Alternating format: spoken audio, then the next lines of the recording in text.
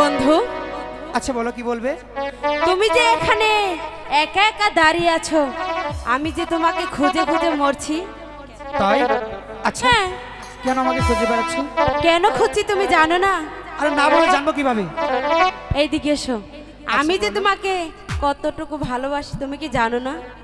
সে কথা তো আমি জানি না, তোমার মুখে এখন শুনলাম। তাই? হ্যাঁ। তাহলে আবার নতুন করে বলি। আচ্ছা ঠিক আছে, বলতে পারো। বন্ধু তোমার আচ্ছা। দুষ্ট চোখে